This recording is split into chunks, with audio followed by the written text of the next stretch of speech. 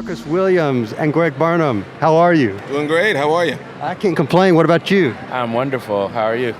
Doing good. Got the second issue of Tuskegee Heirs out and excited to get that yesterday. So anybody real quick that doesn't know maybe what you guys are about, Tuskegee Heirs, real quick, 30-second elevator pitch. Boom. All right. It's a futuristic sci-fi. It takes place like 80 years in the future.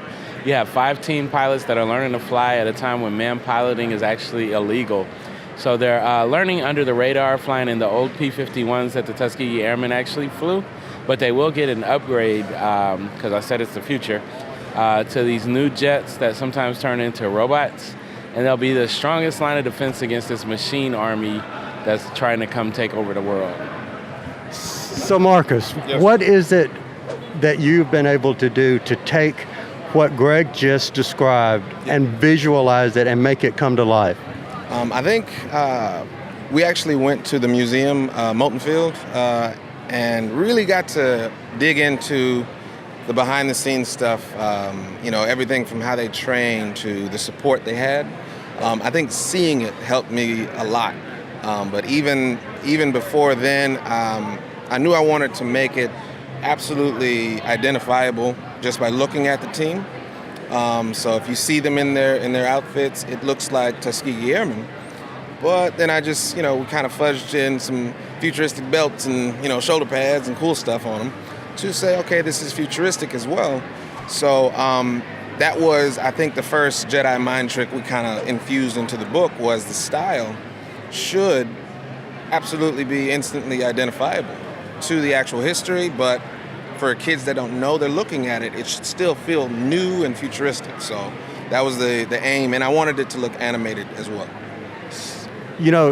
From the visual style of it, it definitely has an animated style, and watching or reading it, and you heard what I just said, watching, I could see those characters easily transferred into animated style. So if I were to ask you, Greg, where you wanted to take these characters, where do you see that story long-term progressing?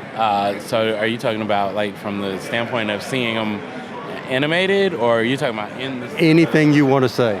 Yeah, we're really pushing hard for the animation right now, because there's so many extra factors. Like when we did the little 20-second animatic, people were like, oh, I didn't know you guys were going to use that kind of music. And it's like they don't really see our whole vision. Even when you're reading the comic, you don't understand the sounds of things. You know what I mean? Mm-hmm. So we definitely want to go animation. As far as the story goes, so our first story arc is 6 issues, but we're like into the 3rd season, like if it was an animated show, of where the story can go. The world is our playground because we have pilots, right? So they can go anywhere to Vietnam, they can go to Saudi Arabia, they can go all over the world. And so we have like a lot of different concepts, and the way that we're building the story, I love it. I can't wait to get it all done so we can, show the rest of the world, because it's like we're sitting on a time bomb. Like we already know. Like, we're working on issue 3, but we know what's happening in issue 6. So you're excited to kind of get out and tell. Hurry up.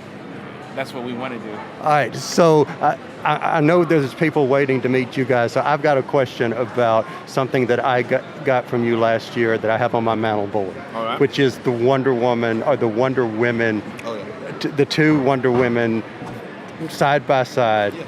What was the inspiration behind that? It was actually started off as a commission. I had seen the movie, the Wonder Woman movie that came out, previously to doing the commission, but the commission just, as soon as I finished it, I was like, okay, well, I'm gonna draw, my version of Nubia alongside Diana.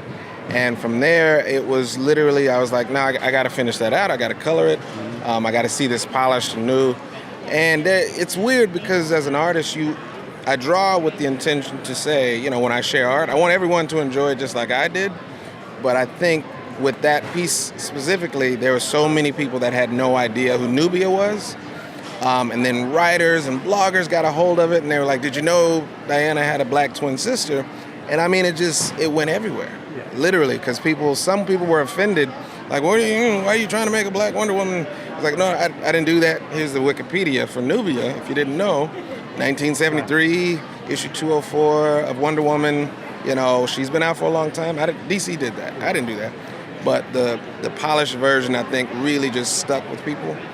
So this is that image right there if you haven't seen it. But it really, I think it was just the right time to see that kind of imagery for people. Well, just as a side note, much street cred for comics for you for knowing when that was. Because a lot of people, number one, don't know, like you said, who she is. And number two, couldn't quote from when she came. So that's cool. So last question. If someone wanted to find out more about the Tuskegee Heirs, how would they do that? TuskegeeHeirs.com. We're on Facebook, Tuskegee Heirs, Instagram, Twitter, sort of. But everything is Tuskegee Heirs. And then I'm Greg Burnham on, those same platforms. Marcus the Visual. So that's pretty much everywhere that you can find us. We have some stuff on YouTube too, but nothing recent. So. Well, for anyone listening, you can also find those links in the show notes below, and we thank you for listening.